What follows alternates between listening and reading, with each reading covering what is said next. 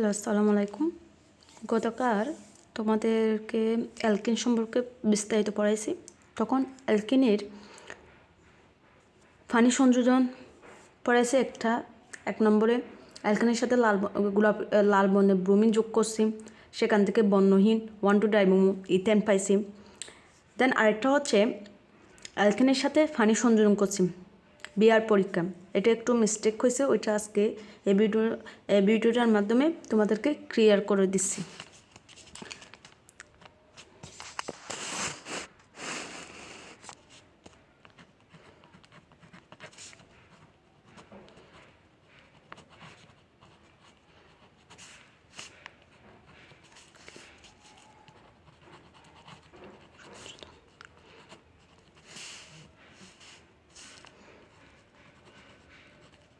এই টপিক অ্যালকিনে পানি সংযোজন। নাম্বার 2 এটা অ্যালকিনে বিআর পরীক্ষা। এটা অপর নাম হচ্ছে অ্যালকিনে বিআর পরীক্ষা।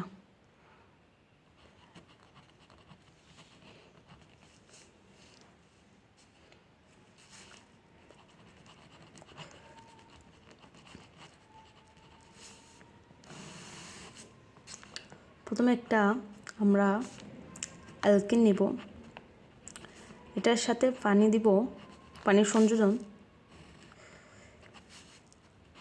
Potassium permanganate.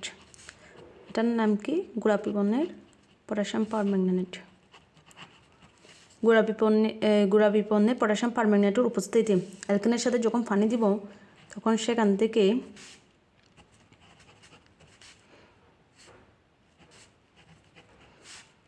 উৎপন্ন হবে বর্ণহীন ইথিলিন গ্লাইকল উৎপন্ন হবে, এবং এখানে একটা জাইমান অক্সিজেন দিতে হবে। কি বলতে হবে? গোলাপি বর্ণের পটাশিয়াম পারম্যাঙ্গানেট এবং জাইমান অক্সিজেনের উপস্থিতিতে অ্যালকিনের সাথে যখন পানি সংযোজন করব তখন সেখান থেকে বর্ণহীন ইথিলিন গ্লাইকল উৎপন্ন হবে। বর্ণহীন ইথিলিন গ্লাইকল উৎপন্ন হবে। তো একটু মনে রাখিও, ইথিলিন গ্লাইকল উৎপন্ন হবে, গ্লাইকল উৎপন্ন হবে। এটার অপর নাম কি? এটার অপর নাম কি? ইথেন। একক বন্ধন আছে তাই জন্য এটার নাম ইথেন। এটার অপর নাম হচ্ছে ইথেন 1,2 ডাইর। অ্যালকোহল মূলক থাকায় 1 নম্বর কার্বন একটা ওএইচ মূলক, 2 নম্বর কার্বন একটা ওএইচ মূলক, তাই 1,2 ডাইর হয়েছে। এটুক পর্যন্ত ভিডিওটা।